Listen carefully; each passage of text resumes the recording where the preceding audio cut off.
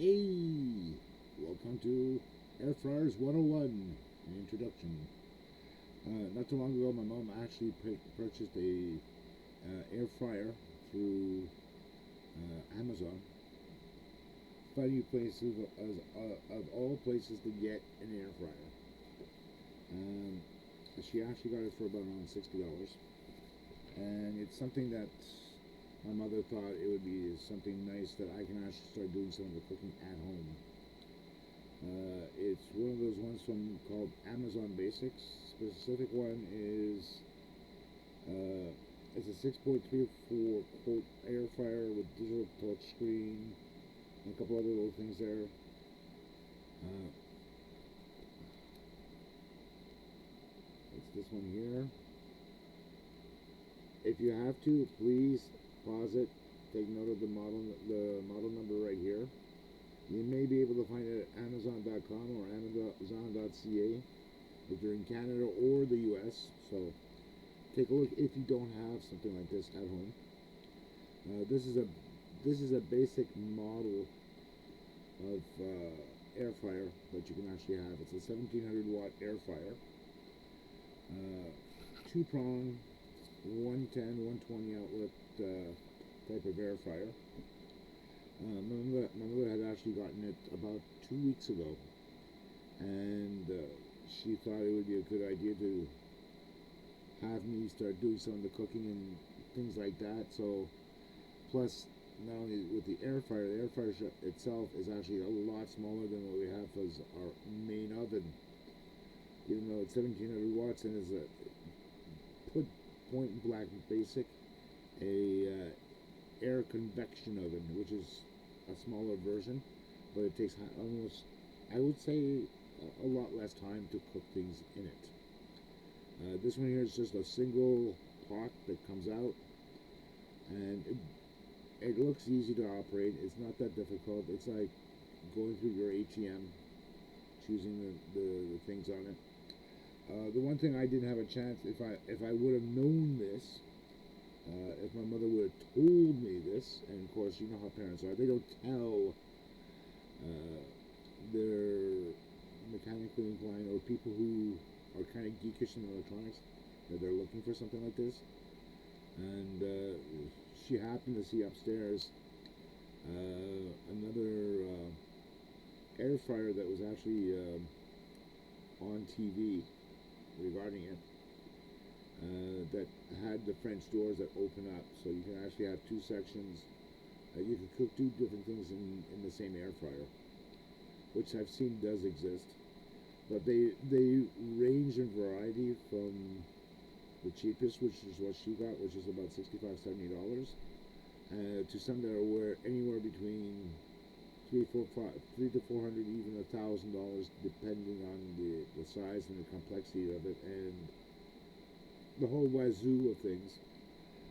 What I did do for myself and for my mother's sake, because we had no recipes specific for um, the air fryer itself. So I was going in blind saying, you're asking me, okay, program what you want me to program in. It's like you got different programming language for the computers. Like you had C++, Java, C sharp, Z sharp, Y sharp, Java. There's a whole gamut, even doing COBOL, and which is an ancient programming language for business, mainly using mainframes and supercomputers. That's how mind-boggling it is. I did programming in that. I was like, oh my god, never again. Even though it pays a lot of money to be a programmer and something like that. Anyhow, um, alongside, I did actually go to Amazon myself, and I picked up two books. Uh, Take note of these ones here if you have to. I'm gonna try to link it in my description. These two. This is one of the two. This has 600 recipes in it. They do not And I repeat, do not have pictures in it of what the food looks like. You're gonna have to use your mind to regarding that. But they do have a range of different things you can cook, going from breakfast, lunch, dinner, snacks and side dishes, cooking with pork, beef, and lamb. And there's also vegetarian section. They have that. So if you are a vegetarian, and I'll say this now, you're in luck. I'm not going against vegetarian. I know a couple of people that I knew from my college years who are vegetarian, so I completely respect that. I don't mind eating tofu and vegetarian things. So I'm not too fond of it, but I'll eat it just the same. They also have sweets and desserts. A lot of things you can do with these air cooked fryers. And here's the other one. This one's an air cooked fryer for beginners. 2,100 days of recipes. Again, another one. If you have to, please stop it and take a look. But I'm going to try to include it down in the description for these two. I think they're worth the money because I've never done air frying cooking before. I just recently took one of the recipes out from there and actually cooked a meatloaf. So it looks good, it looks promising, it's not nice. I haven't tried it, so if I fall flat in my face or I fall backwards, we know it's either one, it's either really good, or two, it's really bad, and it's like I should not be in the kitchen. It's one of the two. But so long as you have the recipes for these, the thing is that as well, when you're looking for something like this, they don't tell you, or there are probably on the web somewhere. It's just a matter of finding the right documentation on what to look for. Everybody's place is different to the other, to everybody else. Some people like cooking small batches. Others like cooking large. Some like cooking more complex. Some people like just having a large enough air fryer to cook a whole meal, like everything in one shot, which is perfectly fine. The one that my mom has looks good so far. I've tested it out. The only thing I have a major complaint is, especially if you're cooking fries and your chicken nuggets, that's what we had at the very beginning to test it out. That I had to cook two separate batches, one for the fries, one for the chicken nuggets.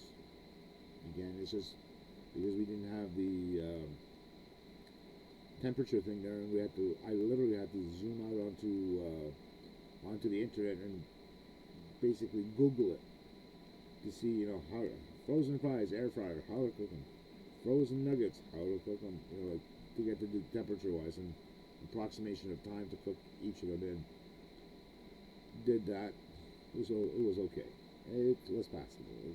Chicken nuggets. You can't break chicken nuggets. But I am going to give it a good low down haul on trying to cook some of these stuff. It's just a matter of time, and also making desserts with them too. Right now, like I said, I just cooked a meatloaf upstairs, so it's right now just cooling off, so to speak, and it is working well. I do like this one. I did break it in, as they usually tell in the manuals, and always read the manuals as well, what the capabilities are and what are you looking as capabilities in these machines as well, because I know some of them are really basic, where they're basically turn knobs to set the time, to set the time, and to set the temperature. Some of them can only go up to a maximum of 3-4 hours. Like on the one that I have here, the one I'm using, which is again Amazon Basics, the 6.34 port, has a maximum temperature of 400 degrees Fahrenheit, which is basically 200 something in Celsius. I usually deal with Celsius, but because it's cooking, they deal with Fahrenheit. So I gotta respect what they have. So always take a look on what you are planning to do. And in one of the books that I have here, they mention that what to look for, what you are looking to, what you want to get, like what you think you should need. Prices will vary from the cheapest, which is like 64, 65 bucks, which is the one I have upstairs from Amazon, and some of them, like I said, can go up as $400 or $500, even $1,000. I've seen prices for them.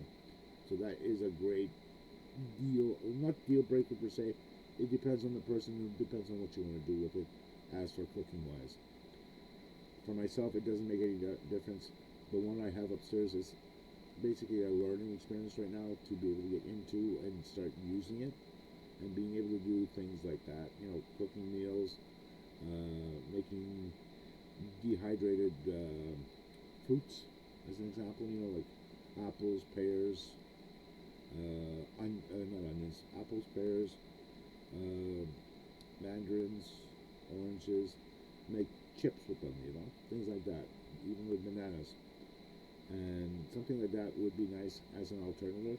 So you can actually, instead of buying chips down at the local store, you can make them at home, which is even better, more healthier, and you cut down on all the fat, all the oil that they use to cook these things. And you can also slice it to the thickness you want. So that's a good thing. I've been on the long road for looking to control my weight. So this is one thing that's definitely helpful because everything's made at home, prepared at home, cooked at home.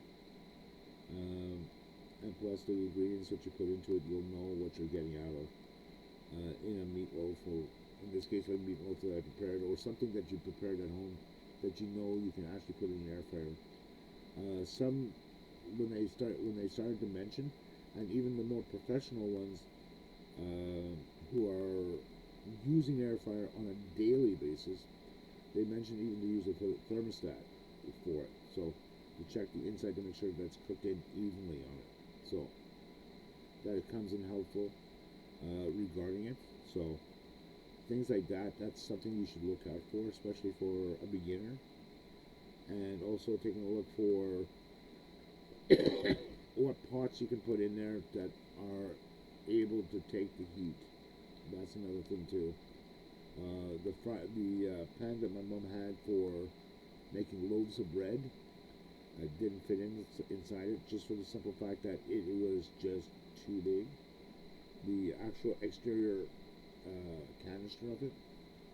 So what I might have to do is find a similar one of that size that fits for an air fryer, and something to like what I have at home. In order to do a proper meatloaf in that size, in that caliber, or making bread even in that size for that oven. Right now, it's just a learning experience. I just started today learning how to use it. I will go eventually start doing some little cooking on my own upstairs, where I'll actually record it on my barrel camcorder. So I'll actually eventually do that to show you what I'm cooking and be able to do it that way. So that way you get to see exactly how to cook it in an air fryer. If you think this is a good idea, let me know, because I'm not afraid to try things out like that. So I'll see you guys later. Right now, it's just I wanted to put this here out regarding a simple air fryer. Prices will vary. It depends on what you're looking for the air fryer. It's up to you. Choose wisely and choose it for yourself. Do not say, "Oh, but he told me to buy this," or "he told me to buy that." No, I want you to choose on your own specifically for what you need. Something like this is something that you're going to be using for the next X amount of years when it's still working. Okay? So you guys have a great cooking. Have a great weekend. I'll see you next time.